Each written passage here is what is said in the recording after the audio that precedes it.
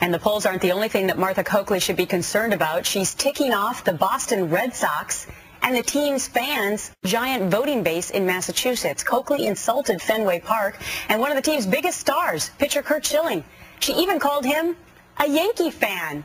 Oops. But now Scott Brown is Curt Schilling, okay?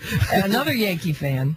Schilling? Yes. Curt Schilling, a Yankee fan? No. All right, I'm wrong on my... The Red Sox great pitcher of the bloody sock? Well, he's not there anymore. The law says that people are allowed to have that. And so then if you can have religious freedom, you probably shouldn't work in the emergency room. The goal was, and the mission in Afghanistan was to go in because we believed that the Taliban was giving harbor to terrorists. We supported that. I supported that goal. They're gone. They're not there anymore. Those are some of the clips from Martha Coakley over the last couple of weeks. And joining us now from Boston is Curt Schilling, the last time I recall, a great Red Sox pitcher. Good morning to you, Curt. Good morning. How are you?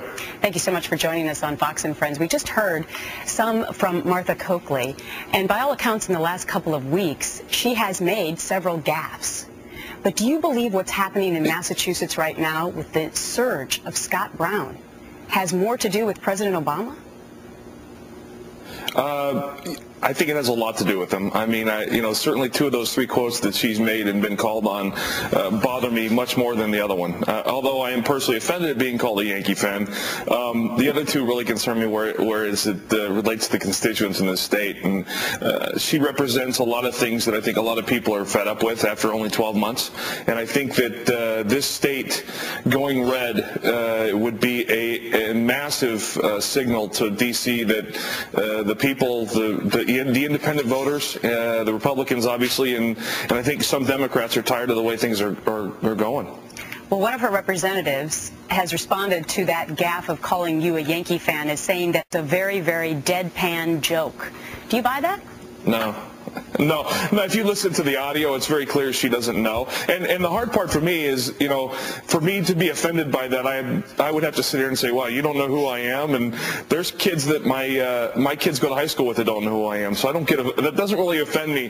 The fact that she called me a Yankee fan probably bothers me more than anything. But she clearly doesn't have a line into, it doesn't feel like she has a line into the people of the state. Right, and that's the point that you made on your blog, a place where you have been very vocal. In fact, you said, well, calling me a Yankee fan, well, check that. If you don't know what the H-E-double-L is going on in your own state, maybe you could make that mistake. So for you, this is much deeper about what she's doing for the constituents in Massachusetts.